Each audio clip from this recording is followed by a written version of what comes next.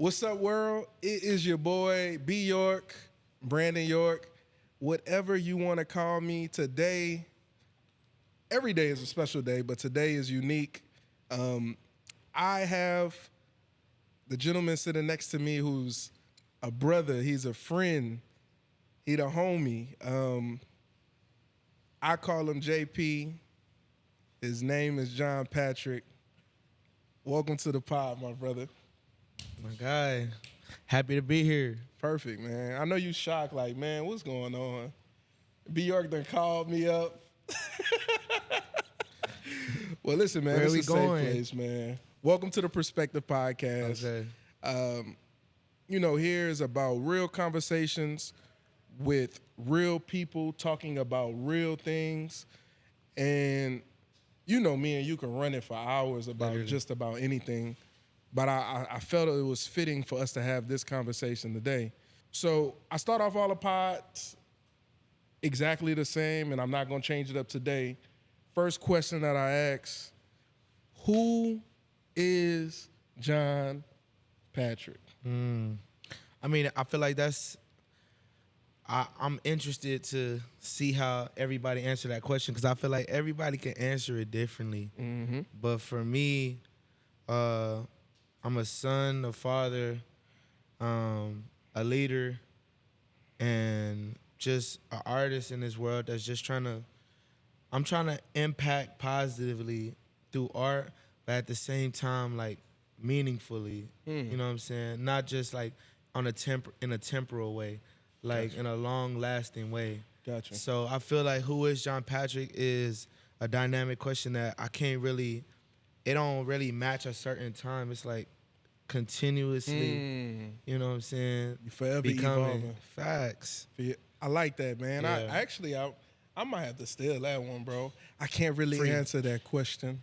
I'm still I'm being. still. And some people say it's becoming, but I don't know if it's becoming or unbecoming. You know what I'm saying? Because it's like it depends on what perspective you're looking at it from. Like, am I unraveling or am I wrapping up? Right. You know what I'm saying? So I like that. I like that a lot, man. We were chatting a little bit before the cameras got to rolling, but I think it's fitting that I congratulate you a little bit in advance, man. You know, you've been married for what, 3 years now? about to be 3 years, Yeah, 3 years. which is crazy. Yeah. On top of you being married for 3 years, it's not just you and your lady, man, right? No. So talk to me about that. I say, you know, I'm letting my light shine.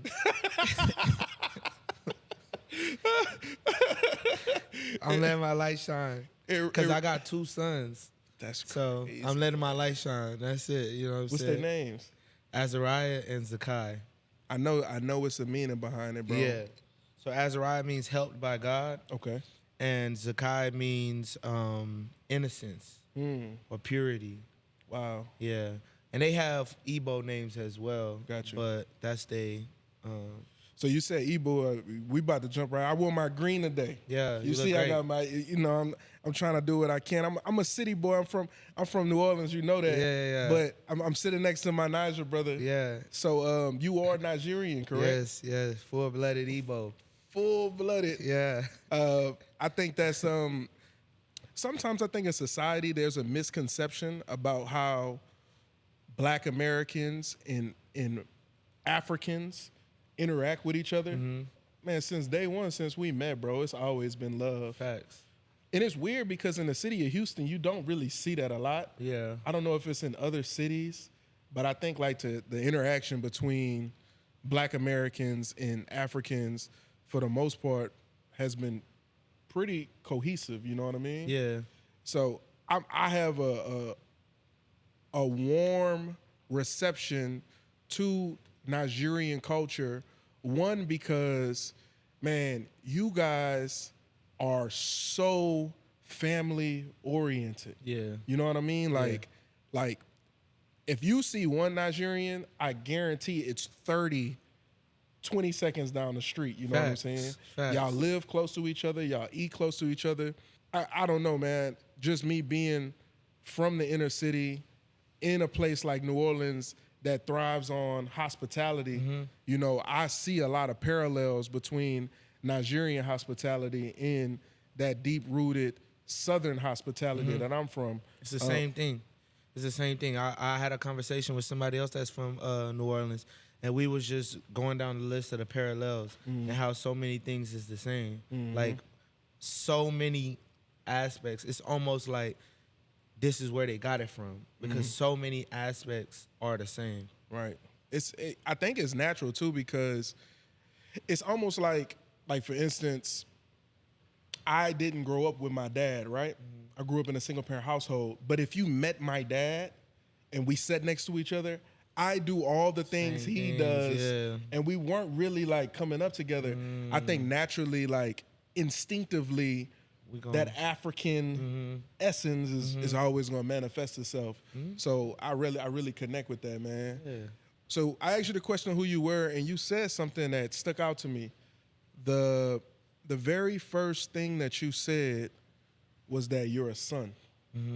Before we get really deep into it, I personally, live here on camera, want to give you my deepest condolences. Appreciate it, bro. For the loss of your father, man. You know, like I said, man, I grew up in a single parent household, but me and my dad now have a great relationship. You know, he's one of my close friends. And a side note, my wife really helped me curate that. Since we on the topic of family, my wife really was intentional about me figuring out a way to salvage and to really, you know, make that relationship better. So I got to give her flowers for that. But your experience and my experiences aren't the same. You know, for you to say son, that mean you had a father. What was the experience like having a father present in your life, bro? It's like that's your first superhero. That was my first superhero. So, like, toys and all that stuff, they cool, but I got somebody right here that everything he do is cool. Everything he do is right. Everything he do is better. You know what I'm saying? And so I had my own personal superhero in the house growing up.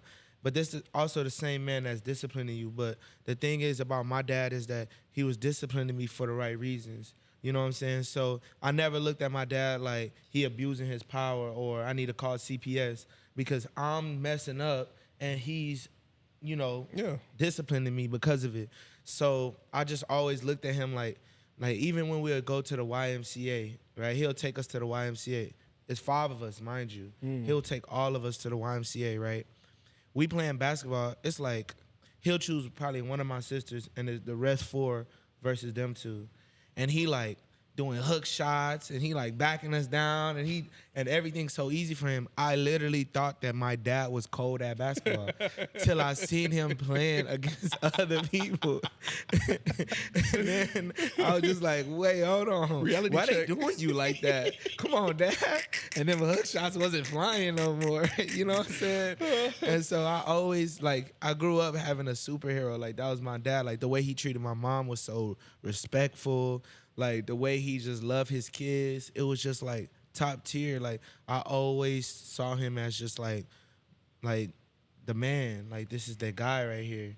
So that's how it was growing up. I think when I got to like middle school, that's when like I started letting other people like influence how I saw my dad. You know what I'm saying? They'll be like, what does he got on? Why does he talk like that? You know what I'm saying? Or just jokes that middle schoolers tell, you know what I'm saying? Absolutely. Oh, bald-headed, your dad. And I'm like, I never really saw a problem with my dad being bald-headed. But, yeah, my dad is super shiny bald-headed. You know what I'm saying? Facts. So it was that middle school, you know, coming into yourself age that made me start, like, seeing the flaws in my dad and make me say, you know, he started coming down off that pedestal a little bit. But as I got older, started maturing, it came back as I realized all the stuff he had to sacrifice. You know what I'm saying? And yeah, it was my dad was just an amazing guy. He was probably the greatest guy I ever met. Like he was just an amazing guy, like all around, like just an amazing guy. So that's who I lost. You know what I'm saying? So that's why it was so, because it was like that. He's just that guy to me. And I mean, as it should, man. I had the privilege of meeting your dad. As you know, I'm in the car business, and one of your uncles is my guy. Shout out to Alex Ozuma. Yeah. That's my brother. So before I got into management, I sold cars with Alex. We would low key compete month in and month out, man. Dude, a beast, man. He competitive. He's super competitive. Yeah. And I remember your dad and Alex were super cool, and he would just pop up at the dealership. Yeah. And then they got to a point to where like I would come over and like speak a little bit, and then one day, I never told you this. So one day I came to your dad, and I was like, "Yo, man, you know how you doing?" He's like, "Hey, how you doing, my friend?" He was always super nice. Yeah. Always super polite. And I said, "Man, your son is my partner, man. That's my boy." He was like, "Who?" I said, "JP." He said, "Oh, JP." Yeah. And he immediately started to talk to me about your music. Immediately. And it stuck out to me because obviously in traditional Nigerian culture, Yeah. they really push lawyer, doctor, Facts. lawyer, nurse practitioner, doctor, Facts. Engineer. engineer. Yeah. Like it's really like education in the Nigerian culture is admirable, but it's like sometimes I feel like it's a bit overwhelming. So it was just so different for me to hear your dad speak highly of your music. You don't ever hear that or see that. Yeah. And in that moment, I knew like, yo, something different about this Nigerian dad. Yeah. Talk to me about y'all relationship when it pertained to, music, bro. So both of my parents. So my mom is a gospel singer. Wow. Yeah. There it is. So my mom is a gospel singer, but that's like her other thing. Right? She's a nurse. So she became a nurse, and she's a full-time nurse, but she also is a missionary. And so she goes to different countries, and she does health missions in different countries. Wow. As well as working in Houston as well. Wow. But the thing is, it's so much Nigerian churches across the world, because Nigerians go everywhere, that everywhere she go, it's a Nigerian church that would love to have a visiting minister come and, bless their conference or just bless their church. Absolutely. So she had the double whammy of being able to go sing at her church, but also go into the actual community and like do like health work. You know what I'm saying? So that was my mom. So since we was young, we always seen our mom, like she doing music, on the side, but she doing music. And my dad was just like her biggest supporter, you know what I'm saying? But when we were little, we used to love music as well, like all 5 of us, Wow. you know what I'm saying? So my dad would support us, like he'll put us in opportunities to perform, like at his like auction events with his nonprofit. He'll just like, we'll just come into his room and be like, "We got a song." And he'll be like, "Okay, let's hear it." So he was supportive in the aspect of it's a great creative expression, and it's a great way to it's a great ministry to serve the Lord in. You know what I'm saying? When I was trying to take it seriously as like just a rapper, they were just like, go to school. You know what I'm saying? They're like, "No, it's okay, go to school." What I understand now, which I respect now, is they were like, get the degree, go to school, and then, you can do whatever you want after that. But at least get the degree and go to school. But in my head, I'm like, me going to school is taken away from what I'm doing in my, you know what I'm saying, with the music. Like me focusing on getting a degree in engineering, because that's what I started at. I'm divided. I can't give my attention to either one. So I'm slacking in engineering and I'm slacking in my music. You know what I'm saying? And so it was fights throughout my whole college stint where I was just ready to give it up, and they would get upset or they would like try to motivate me. It was one time that I invited my dad out to my concert, and he came, and it was like about 400 people there. And it was a beautiful concert. Like it was real nice, but like underground though. Right. You know what I'm saying? Like a space like this, set up like, but packed though. And I remember afterwards, my dad said that was nice. He said, I really see something here. And he was like, do you have a manager? And I was like, yeah, I said, my friend's managing me. He was like, why? He was like, because you need somebody who's going to. I really see something here. And it felt good. It felt good because my dad was like believing in me, Right. you know what I'm saying? And something that wasn't school, Right. you know what I'm saying? School was never hard for me. Like I graduated high school in 3 years. You know, I'm always in GT classes, pre-AP, AP, all that, academic honors, all that. So I've been made them proud in that. Right. I wanted to show them like I'm more than that. Right. You know what I'm saying? Like you got a star on your hands. Right. You know what I'm saying? If you're willing to cultivate it. So that was a big moment for that. Ever since then, my dad has always supported my music, but depending on like my lifestyle choices, my dad has not fully supported what I was doing. Right. You know what I'm saying? Because I wasn't making like gospel music. Right. So it was like he was supporting me, but at the same time he was just like if you just make some like gospel music, then we can, you know what I'm saying? Same thing with my mom. She was like, I could take you with me. Right. Like, but you need to make like music praising the Lord. And I Right. was like, this is my way. This is my worship. You know what I'm saying? This is my way. Right. And she was like, nah. She's like, nah, it's not gonna that cut it. stubbornness cut in. It's not gonna cut it. And I feel her because she looking at it like, can you perform it in a church? You know what I'm saying? That's what she's seeing it as. And not all my music would a traditional pastor be like, yeah, perform this. You know what I'm saying? I got songs that I can and I have and I do, but she hearing everything because they hearing everything I'm putting out. Right. And they're like, nah, that one's not gonna go. You know what I'm saying? They thinking about their friends. They thinking about what the church people gonna say. So my dad supported me, especially this last one that just happened. Yeah. Oh man, I made him the proudest, bro. Man, my dad, bro. When Quinu blew up, Yeah. my dad was like, he had his own promo You team couldn't tell him going on, nothing. bro. Like every single thing that included me, my dad was on it. My dad was on it. He was sharing it in his WhatsApps, Right. sharing it on his Facebook. Every single thing. My dad was not missing nothing. If he could make it, he was making it. He was there. His going on his Facebook. Yeah, Facebook my Live. son. No, my son. So I had made him the proudest with Right. this one. You know what I'm saying? Right.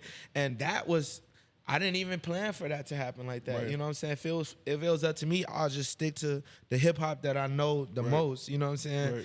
And he appreciated that too. But when this happened, oh man, he called me. I have to tell you something. This song, I really love it. And then I dropped another song called Ndo. Gotcha. And he was like, this one is even better. He was like, he loved it. And then I dropped another song called Ogini. And he was like, oh my God, this is the one. This is the one. So me going into like the Afro world, Yeah. I was just like, it was just like heaven for him. Just seeing his son like taking on his culture Yeah. and like succeeding in it. Right. You know what I'm saying? Like Right. people are really flocking. Like my dad is reading the comments. Yeah. My dad is He like locked in. He loves it. Like it's my son, bro. He screenshotted. That's what He's I like, experienced, bro. Yeah. That's what he was when I said JP and he realized that I was hip to your music. Yeah. Man, that dude, you might have thought somebody lit a match under his seat. 'Cause Yeah. oh man. Yeah. And I was taken aback. As you were talking, you were saying something, and I don't think you realized you were doing it. Every time you talked about your dad, you cited your mom. And then you even spoke about how when your mom would do music, how supportive your dad was.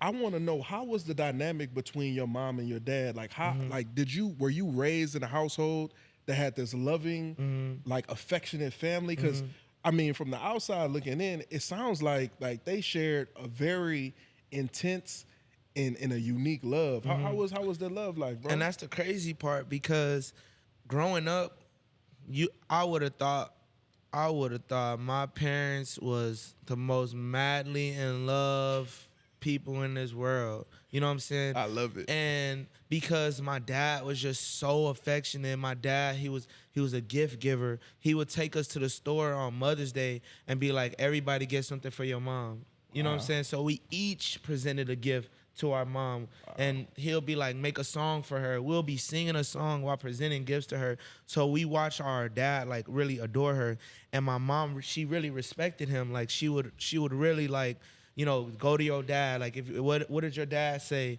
You know what I'm saying? Like, oh yeah, my husband. You know what I'm saying? And then it got to a point where, like, I feel like they was doing the best they could for us, but their relationship, I feel like they was focused more on us than each other. Their relationship started going downhill. You know what I'm saying? And but they had got so good at what it looked like that maybe on the outside nobody will even know. Right. You know what I'm saying? Right. But internally, we in the house like, you know what's up. Yeah. Yeah. you know what I'm saying? Right. Or even if it's not in front of us, we can hear what's going on in that room. Right. You know what I'm hip saying? to it. So, or somebody on the phone, we eavesdropping. You know what I'm saying? So it actually kept getting worse. You know what I'm saying? And what we experienced was, we experienced two people that started off in love, transferred that love to their kids, but never could really get it back for each other.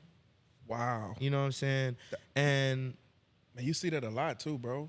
Not just in, not to highlight a Nigerian household, but you see that in households, period. We've had episodes prior to, we have two other episodes, one with a divorced couple and then one with a married couple who's been married for 10 years. It was crazy to me because specifically the conversation we had with the married couple, both people's parents were married for 35 plus years. yeah, One household never saw her mom and dad kiss. yeah, In the other household, to this day, seeing their family be affectionate. yeah. The question that I sort of posed to them, and I'm going to pose to you, because you a married man like we discussed earlier, how did seeing the relationship of your mom and dad, how has that shaped the way that you approach your marriage with your wife?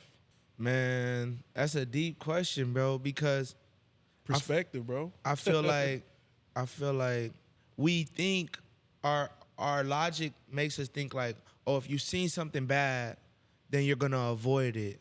You know what I'm saying? Or if you've seen something good, then you're gonna apply it. Right. But what I've experienced is they both get applied, the good and the bad. And it's just up to us to say, I need to stop this and do more of this. But the thing about my situation, even with my wife, is when I saw how their relationship ended up, I didn't want that. You know what I'm saying? So what I thought was the problem, those are all the things that I told myself I would avoid. You know what I'm saying? So the only reason why I even got married was because I was just tired of playing. Like I didn't feel like second guessing. I didn't feel like talking to a bunch of shorties and trying to see who's serious. And that's the only reason why I got married. But as far as like me and my wife, I felt like we still had a lot of developing to do before we got married. Gotcha. So all that happened afterwards, and it's happening to this day. Right. So it's different when you marry, because it's like once you marry, it's like the record starts. Absolutely. You know what I'm saying? So it's Absolutely. like, since we've been married, this. Right. You know what I'm saying? When everything before was just like, you know what I'm saying, No it was big kind of deal. free. Yeah. So it's certain things that if I see a glimpse of it in my wife and it was in my mom and I don't like it, I might overreact trying to stop it from happening. You know what I'm saying? Or trying to shut it down. Bro, as you're talking, you don't realize that you speaking directly to me, because I'm newly married as well. You've been married longer than me, but to draw the parallel, bro, like I catch myself so much when my wife does things that my mom used to do that would annoy me or piss me off. For a minute, I would respond to my wife in a way that wasn't rooted in love. And it was because I was experiencing maybe a sense of anxiety or maybe a sense of discomfort because of the information that I downloaded in my subconscious about things that I experienced in my household. And, you know, man to man, I could tell you this, you the homie, bro, I really had to check myself, bro. Like outside of my relationship, outside of any other friendship. I remember one day, and I'm gonna use a certain language, and I mean this in the most respectful way, but I had to check the bitch in me. You know what I'm saying? Like, I grew up in a single parent household. You know what I mean? Subconsciously, growing up in a house full of estrogen, as a man, you pick up on things that your mother did because that's the only face that you're seeing. And so when I became a man and I'm the head of my house, I'm seeing myself respond in ways that's contrary to what I need to do in my masculinity. So I had to have moments of like outer body experiences where it's like, yo, bro, you can't be responding like that. Just because that's all you know doesn't mean that's all there is. You know what I'm saying? So if I could give you any perspective about that, I didn't mean to cut you off, but I had to chime in right there because I feel you, bro. I feel you 100%. Hopping back into it, so you're seeing these parallels sometime and you having to catch yourself and kind of jump in and out of them. Another thing is, like, how old are your kids? 21 and 3 21 weeks? months 21 months? and 3 months. You got busy, dog. You went Drizzy. You went back to... How, wait, 21 and 3? Bro, You real nice, your boy. I don't understand. Real nice, y'all. Let me tell you something. I said one of the reasons why I wanted to get married was because I was done playing, but also because I wanted to have kids. And I get it, they close, but in my head I'm thinking, do you know how far apart that actually was, the pregnancy? Between every single interaction and the actual time that she got pregnant, you get what I'm saying? Like, to me, it was a long period. It was about 8 months. So I get what people saying, but I'm like, it wasn't like, cause you don't know when that's gonna happen. Right. So you really supposed to have 5 on the way. Bro, 20. Bro, that's what I'm saying, bro. It's like real about mine. No, for real though. And that's my thing, bro. That's like I want to be able to. I don't know, bro. I want to be able to talk to people, like ask people, like, so what y'all doing? How y'all only got 1 kid or 2 kids? Like, what we doing wrong or different? Because I'm thinking like, I'm not wearing no protection with my wife, bro. That's the reason why I got married, bro. Like, that's the reason why I chose one. Because I'm good on that. Like, I'm good on having a. But at the same time, it's like, is that what y'all is that what's necessary in order to? Because I'm telling you, I'm surprised it didn't happen sooner. Like, everybody like, they. I'm like, it could have been closer than that. Oh, you know my what I'm God. saying? So I don't know. Somebody can educate me on what the procedures. Neither one was planned though. Neither one was planned. Neither time were we trying. Right. Like, we just married. You know what I'm saying? In my head, like, we married, so it's no more holding back. Right. You know what I'm saying? You like, home free. You feel me? Like, I thought this was the point of marriage. Like, don't tell me I gotta come into marriage and now I gotta. Well, God did say that. Like, nah, come on, man. I'm here. God did say, therefore, go be fruitful and multiply. So what's surprising? But your multiplication is like times, my boy. Nah, bro. I'll let my light shine, man. I ain't mad at it, my man. light shine. So I asked that question because, you know, we've had conversations outside of the pod, and I can only imagine it's one thing to get pregnant in a short window of time. It's another thing to get pregnant and not plan it. Yeah. And it's another thing to get pregnant in a short period of time, not plan it, and then experience something detrimental like losing a pillar within a family. Yes. Like, what has like bro, like paint this picture for me, bro. What has this been like, dog? So when my son came, we had both of the kids in the house, right? Mm-hmm. First time my dad was there in the house with me, praying, all that. He was there for the whole process. We had a midwife, we had a doula. She gave birth on the toilet. Wow. So my dad was like, out of all the medical people there, my dad was probably like third or fourth person to hold my child. Then second time, my dad is in Nigeria when my son came early. Both of them came early, but my dad was in Nigeria. He was trying to play it close. He was trying to handle his business in Nigeria and get back in time, but he didn't get back in time, but he came the next day. Yeah, he wasn't playing around. But when my son came, it was different than my first son, because my first son took like 40-something hours. This son took like 5 hours. So we was calling the people like, yo, it's happening. And they was like, all right, let us know how it's going. Her water broke, and she was like, it's happening. And we like, it's happening right now. But they, wherever they at, they not there yet. So I actually had to deliver my son in a restroom. Yeah, like what? Like I had to, like it was a point where my son's head started coming out, and I was just like, what am I about to do? Bro, like I really don't know what I'm about to do right now.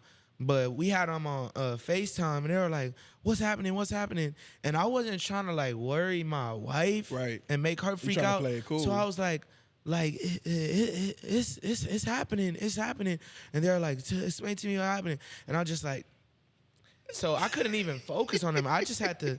So it got a point where he was just there, and my wife was like, get him. And I was like, get him. She's like, get him. So I start pulling him out, and I'm like, I don't know, because I don't want to pull too hard. Nothing. Right. So finally, I just do like a little tug, good grip tug. He just fall out, boom. He in my hands, slimy. So then she comes, she sit on the toilet, and she grab him. Mind you, umbilical cord still, for sure, still connected. Jesus and they Christ. like, oh, he's here. I'm like, he's here. You freaking out. At this point, I'm just like, I don't know what just happened. Right. Because the first time, they was like, oh, he's positioned this way. We got to move you this way. I didn't even think this could just happen. Just like, he just come out there. Because they did so much stuff, dilation. You talking about the first time? Yeah. And I'm like, I don't have that medical background to do all that stuff. It was not necessary. He just popped out. So, boom, they come like 15 minutes later. And handle it, and everything's good. All this happened in our room, like our restroom connected to the room. It all happened in our room, and I remember calling my dad, but he was on the plane. So when he answered it on the plane. No, he didn't answer. Okay. I'm about to say, hey, he so got when a he landed, phone. I was like, the baby's here. He was like, oh, praise God. I was like, yeah, the midwife didn't make it on time, and he was like, so what happened? And I was like, your boy, your nurse. He said, what?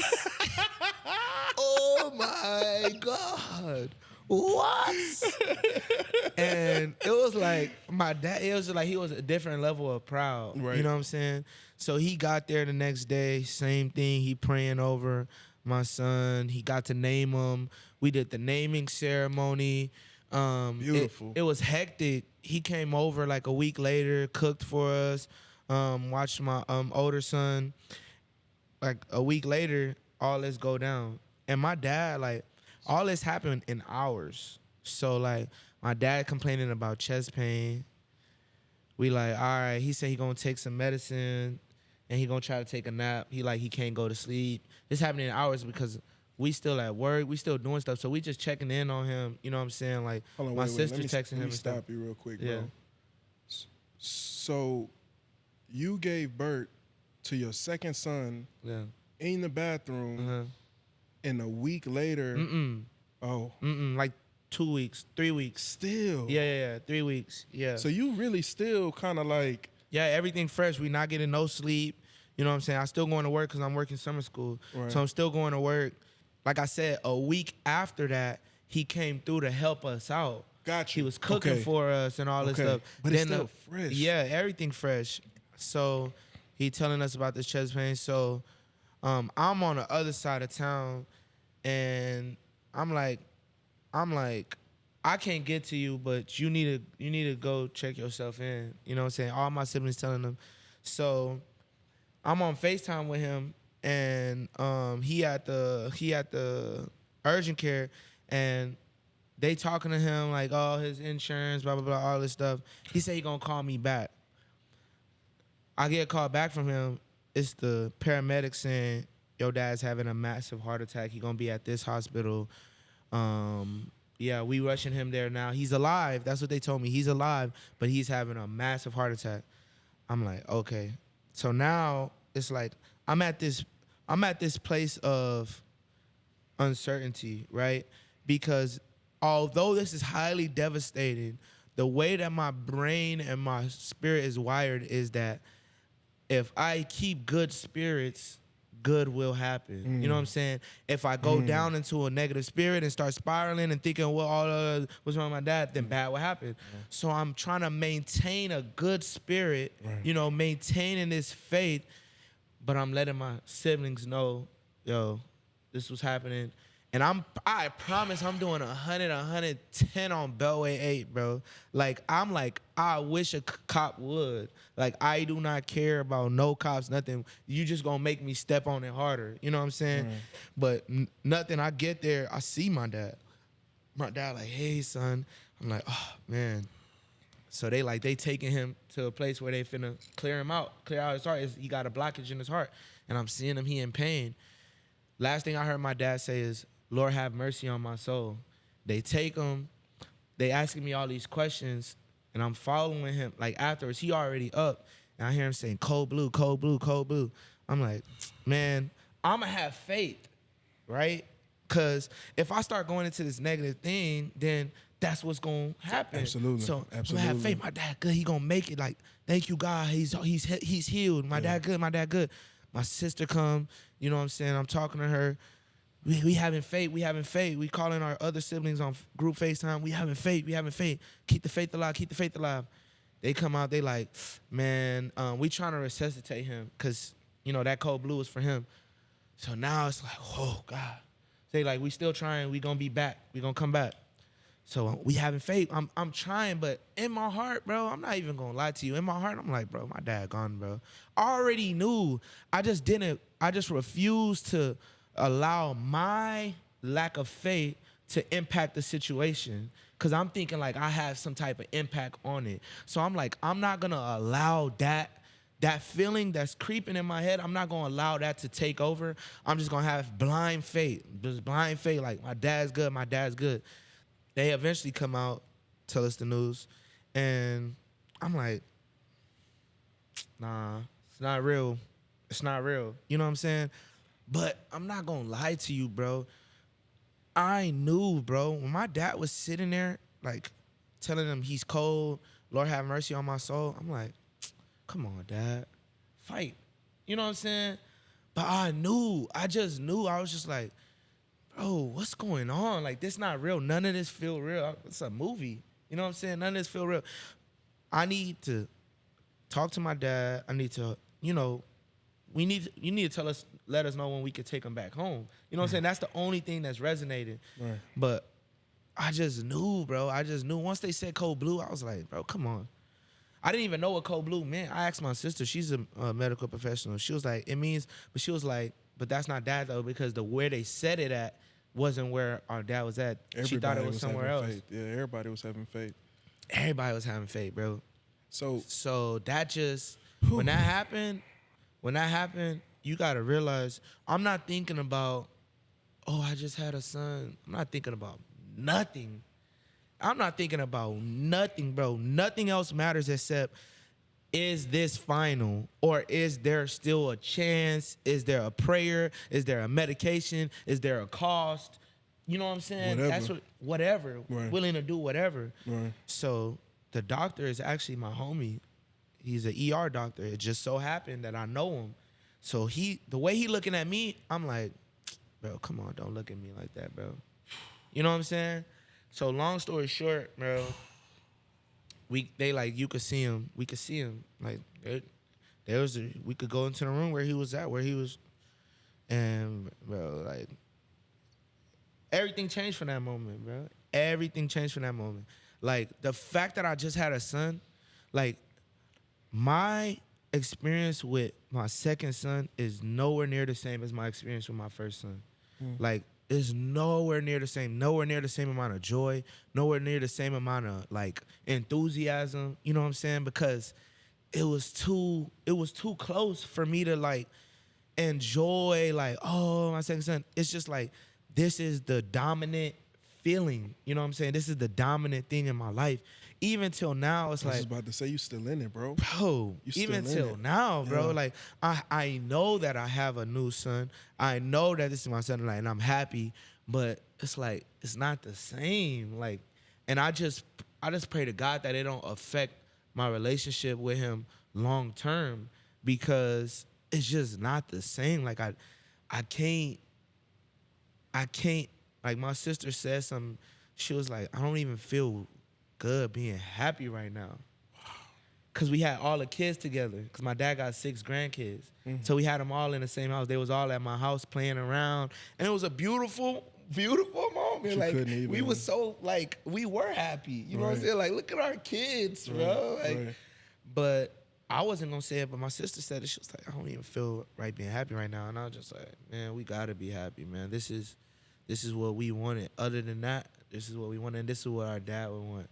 But internally, bro, I don't know about what the future holds, but in my mind right now, I'm never gonna be the same. Like, I'm never gonna be the same person. Man, this is heavy, bro. And I want to say this, make this clear. There's no words in the English vernacular that can express the amount of sorrow and grief that I got for you, bro. Yeah, bro. Like, just on some, like, man to man. Yeah. You know what I mean? And I wish people would stop trying to find words. Yeah. Because they don't realize, like, you're not making it better, bro. Right. You're not making it better. Like, I appreciate everybody. Like, I say the feeling is numb, because I could be getting annoyed, but I'm not getting annoyed. You know what I'm saying? Because people just feel like they got the words, and you don't got the words, bro. What you just said was actually not helpful, but you got it, bro. Just get it off, because maybe it's helping you, but it's not helping me. It's not, you know what I'm filling saying? that void. It's not. It's setting me back, because it's making me think of my wife. My wife lost her mom to breast cancer. And, you know, this is a woman that I'm with every day. I sleep, I eat with. And, you know, I didn't have an opportunity to have an extensive relationship with her mom, nor did I see the type of bond that they had. But me marrying her and people telling me about her and her living in my wife has been something for me that's been, like, super transformative, you know what I'm saying? And so I remember, very similar to you, my wife was the last person that saw her mom right before she passed. Yeah. And so, like I said, I don't have the words, but I do want to tell you this. And this ain't nothing fake. This ain't no gimmicking, none of that. I met your pops. Whether it was briefly or rather it was extensively, right? There's not a shadow of a doubt in my mind and my heart that he embedded everything inside of him, inside of you. And whatever fears, whatever pain, whatever grief, whatever sorrow that you're feeling on the inside, even feeling inadequate in the space that you're in as a father, as a husband, as a brother, I want you to know, from my own perspective, that he gave it to you, bro. And you were equipped and you were designed specifically for this season right here. It don't feel good. It don't look good. It don't sound good. Like you said, you don't even want to be happy sometimes. But I'm telling you, dog, you was appointed to this season right now. And I'm telling you now, you gonna step up in ways that you didn't even know you knew how. It's gonna be an inner strength that you can't even put into words, bro. You're gonna rise to the occasion, bro. And I want you to know that, dog. Like, for real, bro. Real talk. Nah, bro. That's probably the thing keeping me going, to be honest. Because I know that. And my sadness is selfish. I already know it's selfish. Because my sadness is not like, I don't know where my dad is headed to. My dad never. It's not, my sadness is I don't get him no more. Right. I don't get to access him no more. That was my guy. It's pure selfish. My sadness is not, his pain that he went through was enormous pain at the time, but it wasn't like extensive. My dad wasn't sick for years. Right. You know what I'm saying? My sadness is purely I don't have my dad anymore in my life. I don't get to call him. He doesn't get to help me with my sons. He doesn't get to continue to pour into my siblings more than I could, more than I want to. That's my dad. He did that. So that's where my sadness comes from. It's a huge piece of my upbringing, a huge piece of my support system, a huge piece of my heart is gone. And people be like, oh, he's not really gone. You know, he's like, so why can't I call him? Why can't I hold his hand? Why can't I pull up on him? You know what I'm saying? I understand what they saying, right. But what they don't understand is the part of me that is filling that void is not getting filled up with what they're saying. You Right. know what I'm saying? It's nothing that they could say that is making me feel like, Better. oh, you're right. No, there's been no epiphany moment where it's like, oh, I didn't think about that. My dad was my guy in my life. And I know the one thing that does make me feel better that somebody said, I will say, somebody did say something that did make me feel better is if it was switched, my dad would have been cooked. So that's the only thing that gives me peace is that my dad did not have to bury none of his kids. My dad did not have to bury me. I don't know what, as cool as my dad kept it, I don't know what looking at my dad in that moment in our shoes would have been like.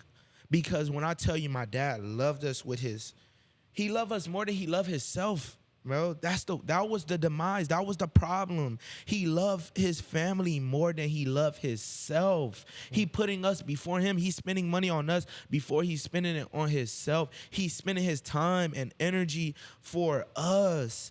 And that was the problem for him personally. But for us, we enjoying. Right. You know what I'm saying? Right. So that's the thing. If any of us would have left this earth while that man was alive, I don't know. He lost his big sister. He was torn by losing his big sister that he ain't been around for. She lived in Nigeria. Right. He ain't been around her for I think 40 Alex years. was telling me about that. Yeah. 40 years he ain't been around her. But one of us, bro, I don't know if I was with him, I don't know if I'd be able to keep my dad up if he lost one of us or his wife. You know what I'm saying? Yeah. So that's the only thing that actually brought me peace is like, even though it happened early, this is the best way for it to go because we could stand. Even though it's been hard for us, we could stand. I don't think my dad would have been able to stand that. You know what I'm saying? That's how much he loved us, cared us, willing to lose his life for us. You know what I'm saying? So that's the part of me that is gone. Yeah. You know what I'm saying? Yeah, spiritually, but, you know, people be saying, oh, like, you can still talk to him.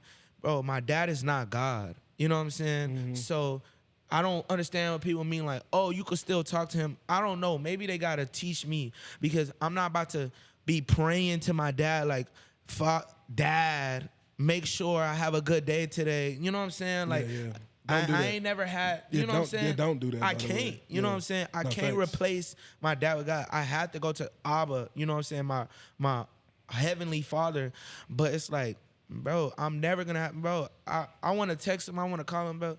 I don't have none of that, bro. No more. Like his physical self is gone. However he want to manifest himself to me, I'm willing and open. But I'm not finna go searching up the dead, trying to bring up the dead. You know what I'm saying? Like, I'm not finna go into that.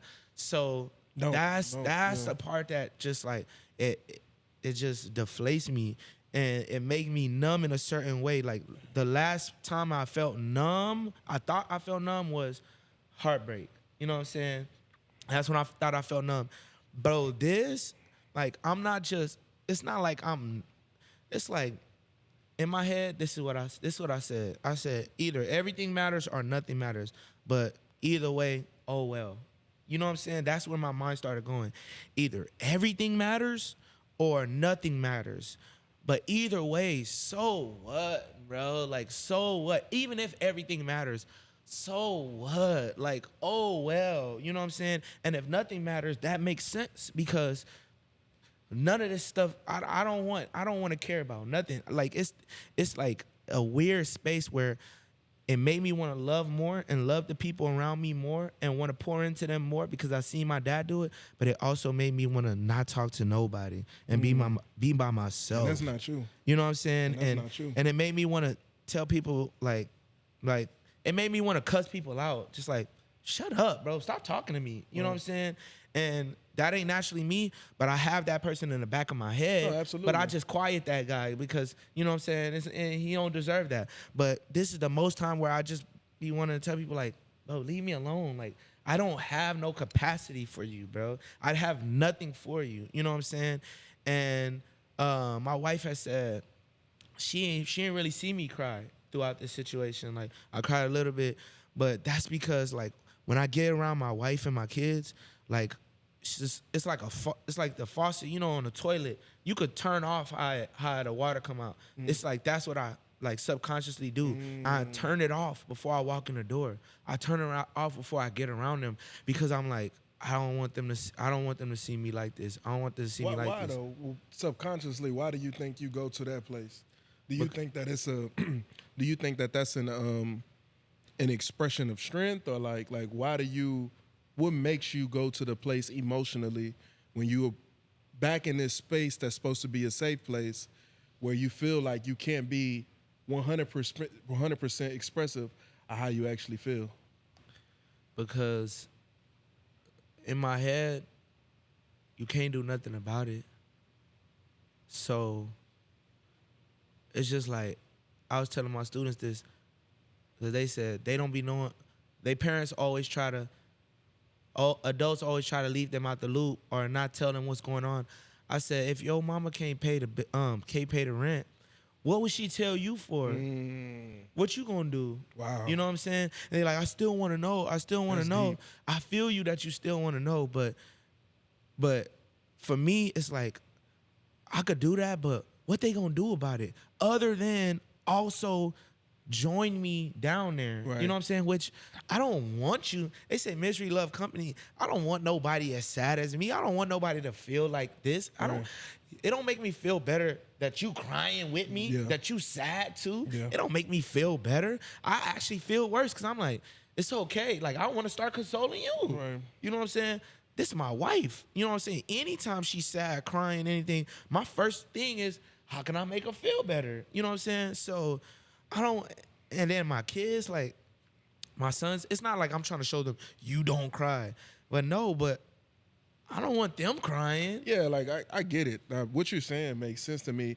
The only reason why I really asked that question is because when I got married, bro, and I went to premarital counseling, one thing my pastor made it very clear to me was, this is you.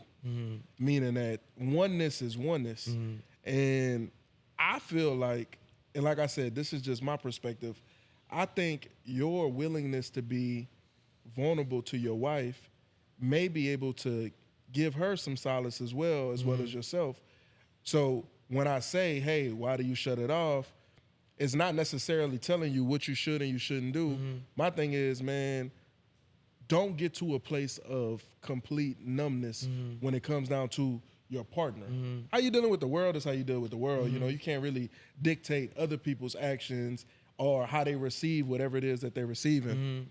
But what I will say is this. It is vital. It is vital that you allow yourself to be free with your wife. Yeah. Because freedom with her, it's going to be freedom for you, bro. Yeah. I agree. I think really what it was, I think it's not by coincidence that just happened. Right. But I think really what it was I don't trust myself down there. You know what I'm saying? So, bro, you being so vulnerable right now, bro. I don't want to take nobody that's in my responsibility down a road that I'm not sure of, or I don't know what's gonna happen when we get there. You know what I'm saying? So I don't even trust myself at that low place. I don't know what that looks like. So I'm not even saying that I'm doing the right thing. I'm not even, you said shouldn't. I'm not even saying what I should or shouldn't. You just saying what do. you feel. I'm just saying what's happening. Yeah. I'm just telling you what's happening. I'm not a proponent of it. I'm not saying this, men, you don't never want to see, you don't ever want to let your lady know. I'm not saying none of that. I'm just telling you what's happening, bro. Gotcha. And I don't think it's right or it's wrong. I think it would probably be better for me to be able to, open up completely like that. But that's not what's happening. Right. What's happening is, and I said subconsciously, that's not me. That's not me that's not what I'm controlling. Right. Subconsciously, it's shutting off. You can't even. You know what I'm saying? I would have to literally be like, okay, all right, I'm gonna let myself get there. I have to overpower. Right. You know what I'm saying? Right. So it's me trying to protect still. You know what I'm saying? I'm trying to protect you from seeing me with my face on the floor. Right. You know what I'm saying? Right. Your husband with his face on the floor, your dad devastated. Right. You know what I'm saying? And I told my wife, I was like, if we didn't have kids, bro, I would be in that closet, bro. Lights off, bro. All you would hear is the noises. Like, I wouldn't need you in there. I'll be by myself 2 weeks, bro, if we didn't have kids. But guess what? We had kids, so guess what? I had to go back to work. Guess what I had to do? All of the duties that I still had to do. Did you take any days off? Did you take any time away? Yeah. Okay. I took 3 days off. Jesus. I took two days, and then a day before the funeral, I took off 3 days off. But I don't know. days off at the schoolhouse don't mean days off at the crib. Right. I was You get gonna what I'm say, man, saying? it's like, So, man, bro. regardless, it's still required of me. A diaper, food, you know what I'm saying? Playtime, all this stuff is still required of me. My wife need me. I couldn't, you know what I'm saying? I couldn't shut down. I couldn't go to that place because it's still required of me. You know what I'm saying?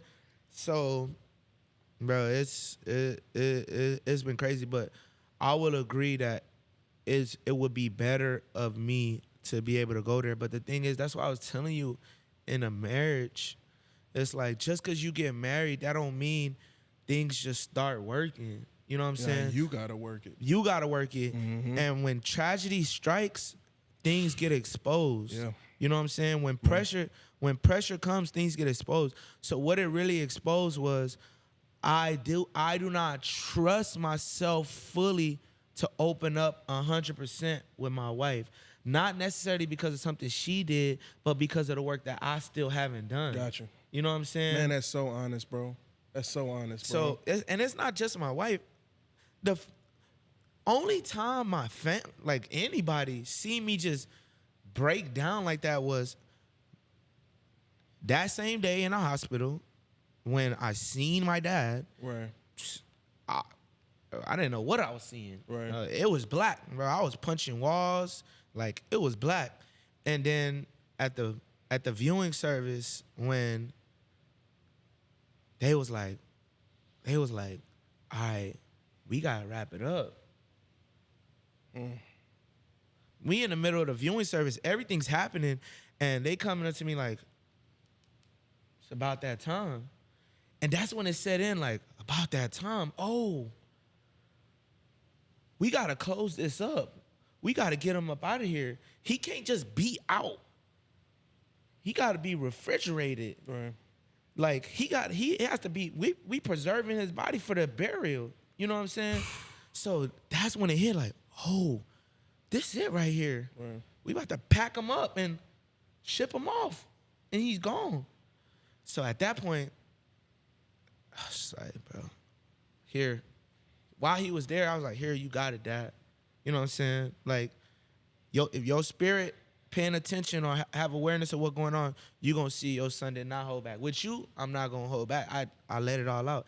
And I still had people, be a man, stand up, be strong. Don't let them see that. Don't let them see that. And I was just like, it got to a point where I was like, I need space. I need y'all to back up, get away. Because the next emotion is gonna be rage, anger. Yeah, bro. Yeah, it's gonna be anger. That's the next thing. You gonna flash. I'm letting it out. I'm being sad. The next thing is I'm about to get upset. You know what I'm saying? Let me ask you this. What do you have as an outlet right now, bro? Do you have any outlets? Do you have any form of release? Because talking to you and listening to you, bro, the amount of emotions that you have built up is justified. But as your friend and as your brother, bro, like I'm like concerned. Yeah. And from a healthy space and from a place of love, bro, like what kind of outlet do you have? I got a therapist. Mm-hmm. She really like a life coach, but in this time, through this grief, she's transitioned to mostly like doing therapy. Mm-hmm. But the thing is, you pay for that. And as you pay for that, the time wind down, and then it's over. They got another session. Right. You know what I'm saying? So that helps. As much as I don't feel the same with my kids still are my joy. They still, you know, a lot like your dad. Dancing with my kids, you know, playing, you know what I'm saying, throwing them, doing all that stuff. It is big, especially dancing. My older son, he's in his dancing phase. Like he wants to dance, he wants to. That helps. Other than that, bro, like I teach, so I'm keeping myself busy by teaching is something new every day, every hour. So I'm keeping myself busy, and I'm a mentor with a organization called Young Life. Gotcha. So after work, then I start. You just dive right into that. I got 2 jobs. Just stay busy. Staying busy, bro. That's what you've been doing. Staying busy, bro. If I, like some of my homies, they willing to just sit on the phone and just, you know what I'm saying? But even them, they don't know what to say or respond. So at a certain point, when I start feeling like I'm dumping, you know what I'm saying? I retreat. I pull back because bro's living his life, and you know he's trying to be a friend, but it's like, you know what I'm saying? Like, all right, bro, let it out, but like.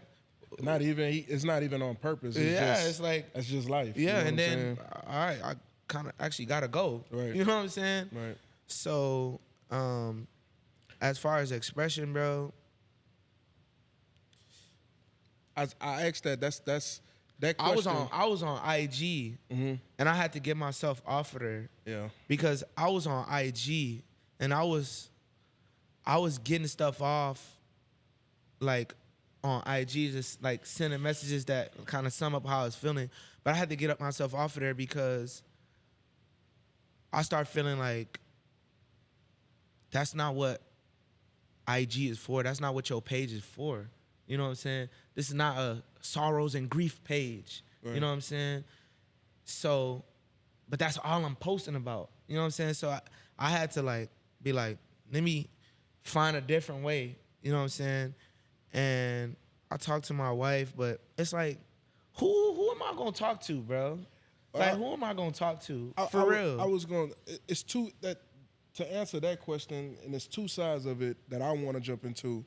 The first side of it is this. As I'm listening to when we talked in the beginning, you really spoke about the pride and the joy your dad took in from your music. Mm. And we had a conversation, and you got it on your Instagram. You put you retired. Mm. I'm no expert or anything like that, but I think that what you need now that you don't even realize it is, bro, you need music. And as your friend and as your brother, right, music ain't cheap. And not only isn't it cheap, it take time. So what I want to do for you is I want to pay for 2 studio sessions at my homie Tay Powers' Powerhouse studio with world-renowned engineer Dylan, free of charge, bro. I want you to take time, because you're doing the therapy, you're staying busy. But through this whole conversation, the thing that you've been neglecting is the thing that your father was elated about. When I talked to your dad and I told him about you, he told me about your music before I could say, nah, I've been knew about it. I think, personally, it'll be very fitting for you to go in that booth and just be free. I feel like I can't, bro. You saying you can't, but I want you to try. You saying you can't. You saying you can't. But I want you to try, bro. Because when you have that stuff bottled up in you that way, it festers. And it turns into callous and it hardens. And you are a pure soul, bro. You are the last of a dying breed. Not only as a Nigerian man, but as a man in America, bro. And we need you. We need you. And like I said from the beginning, I don't have the words. I don't have the remedy. Only thing I could do is help. And I don't care if I got to be in there with you. But I know in my heart that you being able to release in that way, you'll find something. It ain't going to be everything. You can't replace your Superman. Yeah. But you can find some expression to at least be free, even if it's for a moment of time. And I think you need that, bro. So I personally, even if you think you can, bro, that's from me to you. That's from me to you, bro. Real talk, bro. I appreciate it. Real talk, bro. I gotta explain it to you though. Talk to me.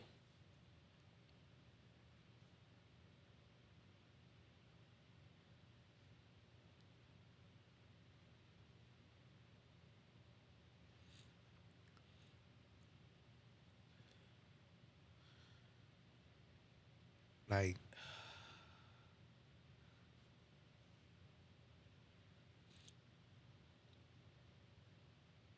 all right.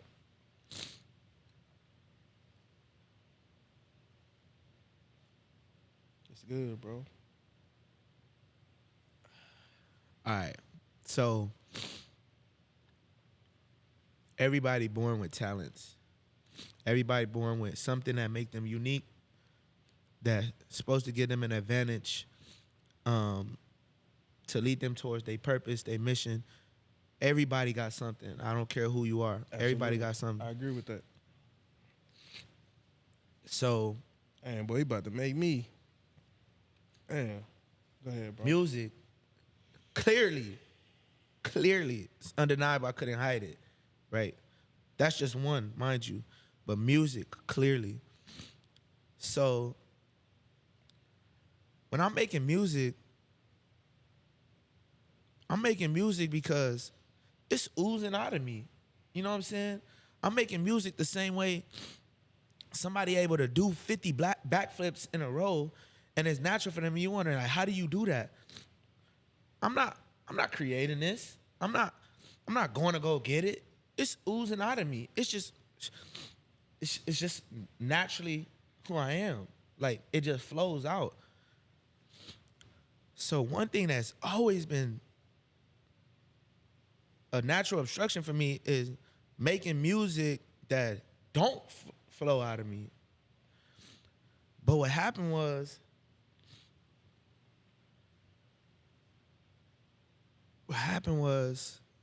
bro, the music started becoming, this the way that I can, you know what I'm saying? Through the music, yeah. Then, you know what I'm saying? I don't gotta go to work. Through the music, I can, you know what I'm saying? So it started becoming a job, right? Which, if you in the music industry, music business, that's what it is. Right. But over the past couple years, since the song blew up, I started treating music like a job. And the more that it became a job, and it wasn't, at first, the job was paying handsomely. You know what I'm saying? When everything first, and I was getting booked left and right. People was hitting me up for all kind of sort of things with checks ready for me. But then when it slow up, you start, what do I do now? What do I do now? Because I didn't do it. I didn't cause that. I just did me. I just was being myself. And that happened. So I can't replicate that. All I can do is continue being me. But now I need the check because I'm abandoning my other sources of income to focus on this. And I got kids now. It started changing how I viewed music.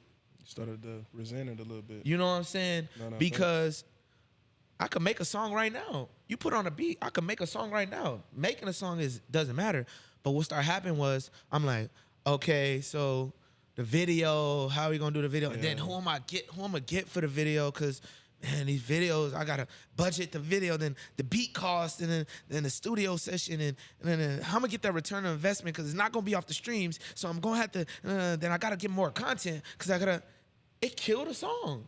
Anxiety. If the song don't match up with all those things that I just named, it's not the one next, cause all those things I named is either gonna flow, or I can't waste my time on it.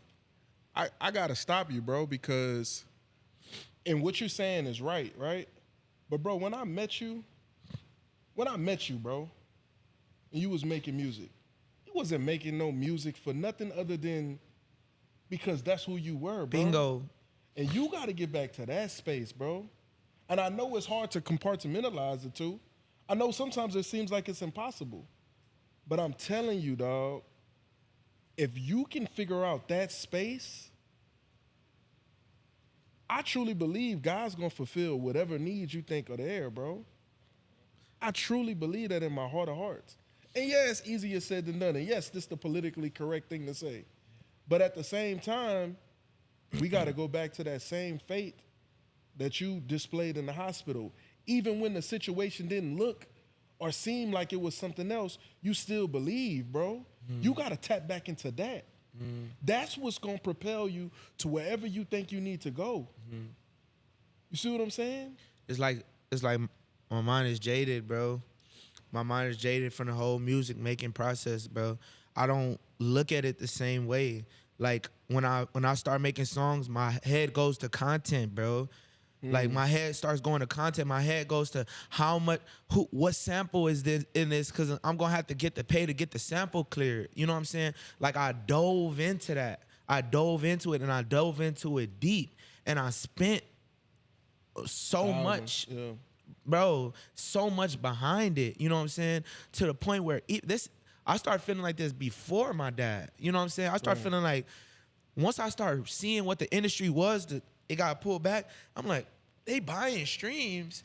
Oh, all of this is set up. These interviews not even like real. Like these freestyles not really freestyles. You know what I'm saying? I'm like, oh, what am I a part of? What am I trying to get? Right.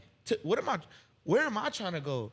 Right. Because I'm not finna sit here and listen to all these people say the industry wicked, all this stuff, it's all fake, it's backstabbing, is it? And I say, yeah. I want to be in that. Yeah. Put me in that. So my spirit is sabotaging what I say I'm trying to do in a physical realm. Because my spirit, like, is that really what you want?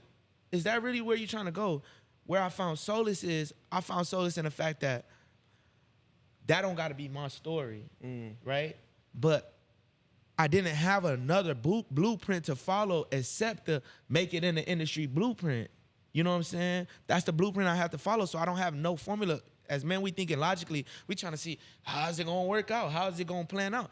I don't, like, what you saying, right? How I'm going to tell you to buy me studio time? You have to. Exactly. But if you don't, guess who got to do it? I do. But why I'm going to put money into studio time when I already know the return of investment on that might not even be logical. You know what I'm saying? So I can't, you gotta tell me that you doing that. I can't, yo, bro, could you buy me some studio time? So with that in my head, it's like, if I'm going to the studio, I gotta be able to recoup. You know what I'm saying? I'm gonna tell you something. I gotta stop you, bro. I'm just telling you. No. You get what I'm saying? No. I'm just telling you where. I feel where you coming from, right? But you gotta think too, I started this podcast. This podcast was nothing. No cameras, no nothing. All ideas, right? It's something that you not saying that I had to tell myself to even get back in this space for myself. And I'm about to say this, bro, and I mean this. Give it back to God. We talking about the industry. We talking about recouping. We talking about all these things. Bro, when I started this podcast, God is my witness. My whole team will tell you. We started everything with prayer, bro. We started everything with prayer. This episode didn't even drop. I don't know how many numbers it's going to do, and I don't care. I'm pulling money out of my own pocket from my own house, and I don't care. You know why? Because I'm giving it back to God. And whatever God want to do with it, I'm cool with that. If God wanted to flop and sit on the shelf, then he saw fit for it to do that. If God wants it to flourish and it makes 1,000,001, then he saw fit to do that. But I'm not going to concern myself with things that I can't control. Just give it back. Give your gift back to God. Give it to God.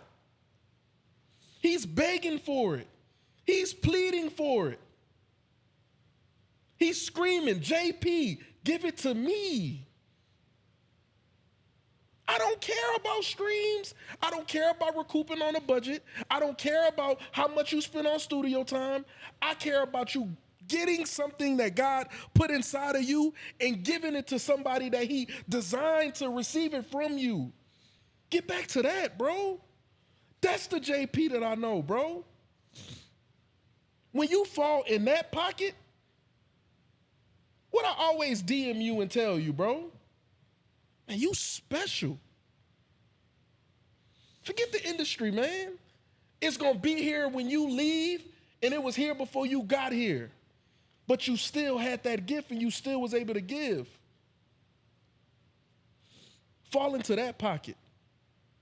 Because you know who loved that pocket? Your dad.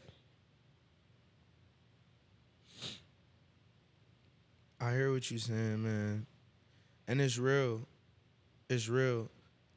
I'm not saying that this is it's what I'm taking moving forward. But up until this point, I'm like, I got kids. Yeah. So in my head, I'm thinking, what kind of man am I gonna be to invest in something that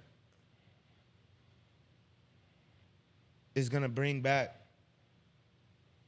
put my actual hard-earned money into something that's gonna bring back, who knows, when I got kids that I could put my hard-earned money into. You know what I'm saying? That's kind of where my mind been at. You know what I'm saying? Like, if I'm gonna make money, like, and I already know, like, I'm thousands in the red. So whatever else I'm putting in is just going deeper into the red. But I got kids. I'm willing to go $1 billion in the red for them. You know what I'm saying? Right. And like I said before our conversation, the thing that's propelling me to make the decision I make to say, bro, that's not important right now, is, to me, my dollars go to a better, fruitful place in my family. But like I said, that is me thinking logically as, are you really about to go spend that on studio time when we don't even got the college fund set up yet? We don't got the 529B set up yet. That's still something that's still, you know what I'm saying? So it's the same money you could just throw in there. You know what I'm saying? You're not talking about the fate though, bro. But look, this is what I'm trying to tell you is, because a couple moments ago is when I realized this, right? Mm-hmm. My dad was bigger than what we seen. But my dad brought himself down for his kids. Ooh. And I never saw that as that's deep. A dub. Right. Until I became a father. Yeah. I always thought, bro, the better you are, the better for us.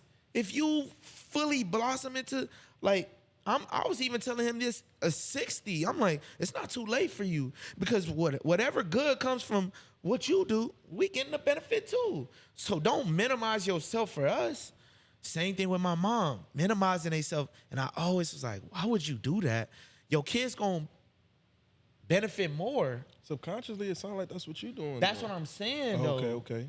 When I got into the situation, I was like, oh, now that disdain for that kind of mindset now becomes understandable.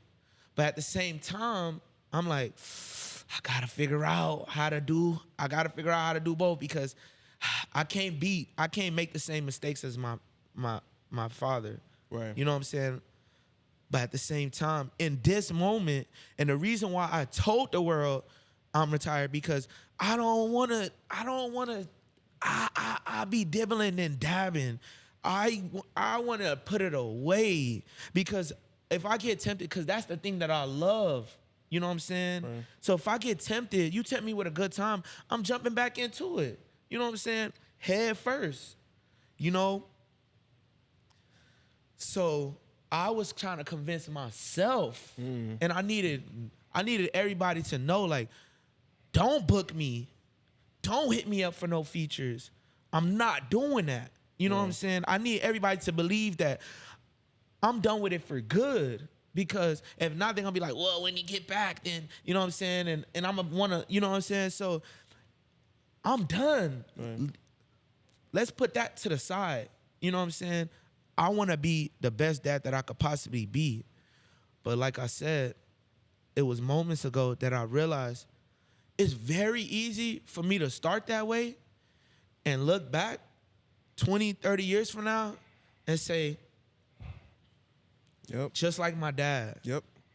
So then, how I'm supposed to expect my son to do something different when my dad did it, I did it, and we passing it on to him? You know what they say, huh?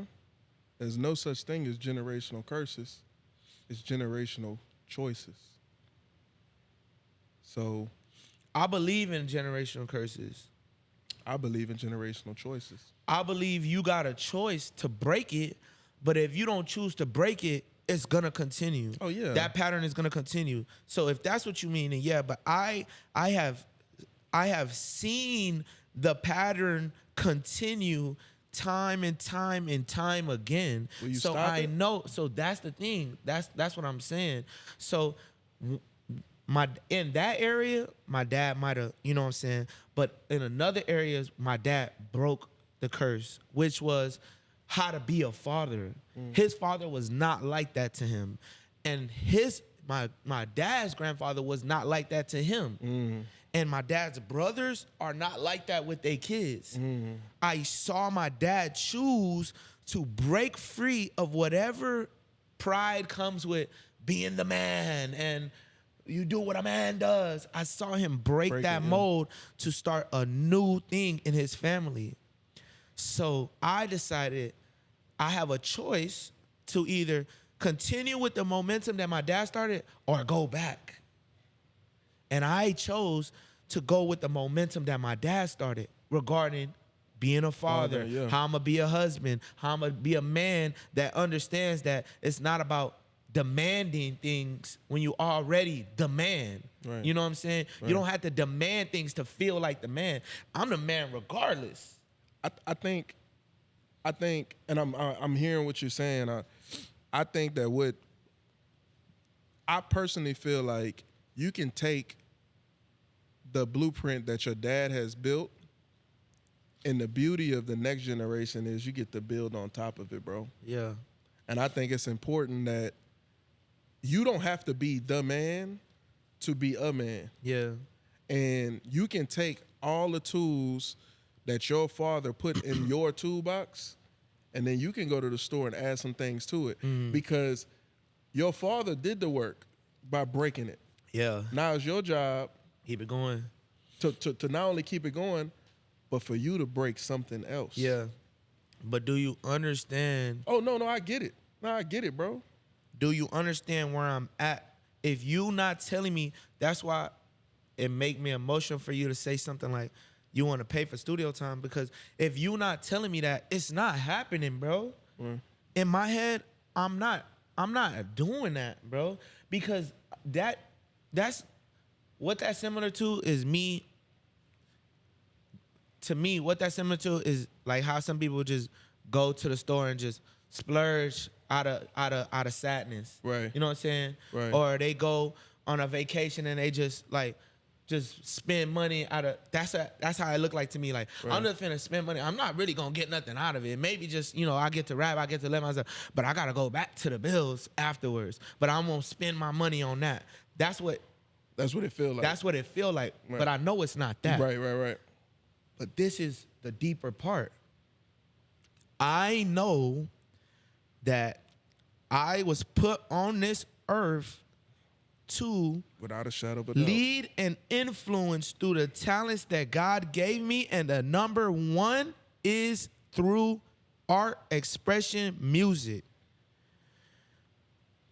But that's not the only talent God gave me. So I have been willing to put that one to the side to do the other things that I feel like are more manageable and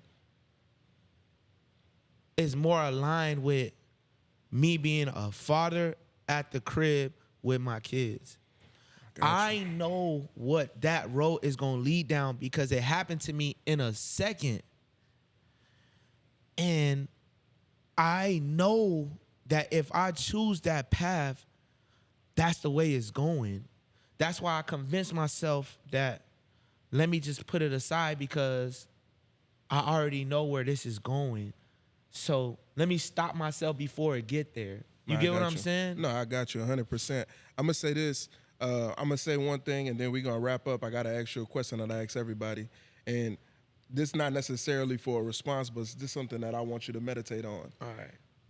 You have to separate the difference between a gift and an anointing. Okay.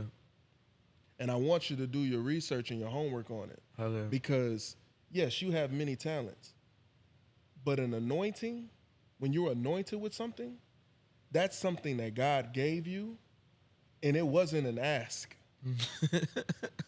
It wasn't an ask. It wasn't a DM. You know what I'm saying? So I want you to, you know what I'm saying? Because you got an anointing, bro. And I would be remiss as your friend not to say that.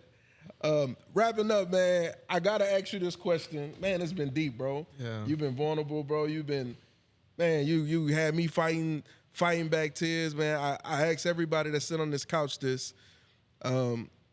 If you and God were on the highest mountain in the world, and it's your last day on earth, and he handed you the mic, what would you say?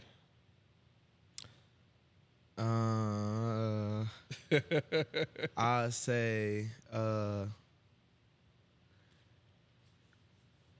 that's a good song idea. Because if I had a song, I'd just perform the song. See, it's oozing out of you, Right? bro. You can't even hide it. But despite putting in a song, I'll say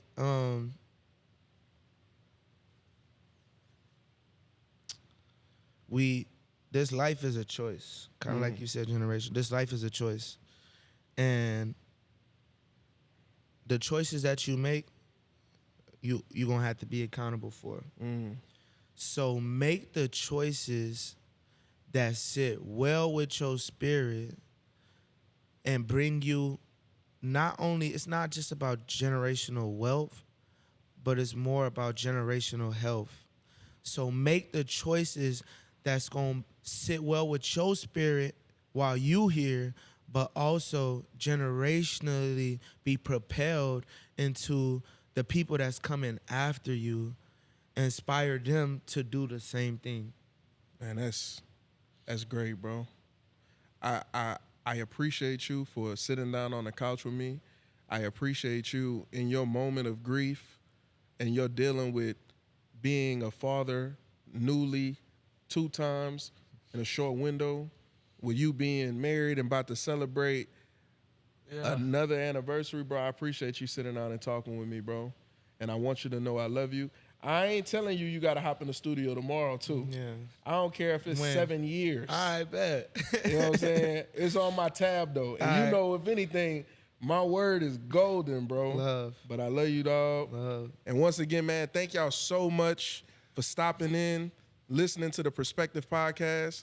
As always, I love y'all. Peace.